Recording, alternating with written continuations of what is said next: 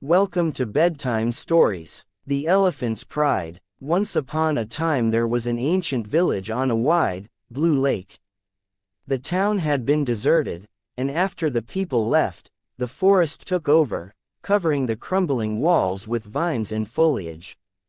At the same time, the mice in the village crept out of their hiding places and took up residence in the empty houses. For many years the mice lived undisturbed in the village, enjoying peace and prosperity. One day as they went about their daily business, the mice heard a rumbling sound in the distance. "What can that be?" the tiniest mice asked their mothers and fathers, and the older mice looked at each other in alarm as the sound grew closer and louder. The ground beneath their little feet began to shake. "It must be a storm moving toward us," one of the elders said, but the others shook their heads, for now they all felt the ground trembling.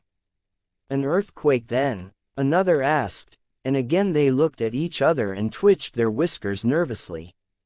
The sound came closer, growing louder and louder.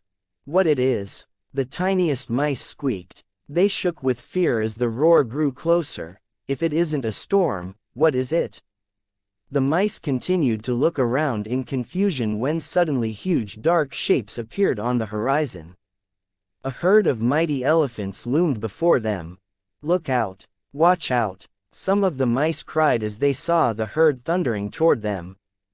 "Watch out! Careful! They'll trample us!" The herd barreled closer, and the mice began to scatter, hurrying helter and skelter, ducking into the hiding places. As the herd thundered through the village, sad to say, the mice's greatest fear came true as some of them were crushed underfoot in the elephants, rushed to the lake. You see, the elephants were dying of thirst, for a drought had devastated their land. When they heard there was a deserted village on the banks of a big blue lake, they had hurried toward the water without a thought of what they might destroy in their path. "What shall we do?" the mice squealed in horror as they watched the herds plowing deep ruts in the road, destroying many homes as they passed. "I shall talk to the elephant's king," said the king of the mice. "He will understand." And so, summoning all his courage, the tiny mouse king scurried to the edge of the lake to seek a word with the grand elephant's king. "Sire," he said, looking up and up at the enormous creature with the gigantic ears and the wrinkly skin and those terrifying tusks. The look of the elephant's king was enough to frighten anyone, but the mouse king was brave. "I have come to ask you to be good to the mice," he said. The elephant king looked down and squinted, and it took him a while to notice the little speck of brown at his feet. "Is that you talking?" he asked the mouse king, lowering his head so that he might see the tiny creature. "Yes, it is I," the mouse king answered proudly, "and I've come to ask you to be good to our mice and not to trample us on your way to the lake. We have plenty of water to share with you, but you must be careful not to crush our homes and harm our babies. Your people must watch where they step or we will have to ask you to leave." Now the elephant's king was a noble creature, and when he realized that he and his fellows had harmed the inhabitants of Thier Town, his heart ached. "Please forgive us," he said to the Mouse King. "From now on we shall walk the long way round to the lake. We will take care not to walk upon any of your people. If only I had known, we never would have marched through the center of town. This will never happen again."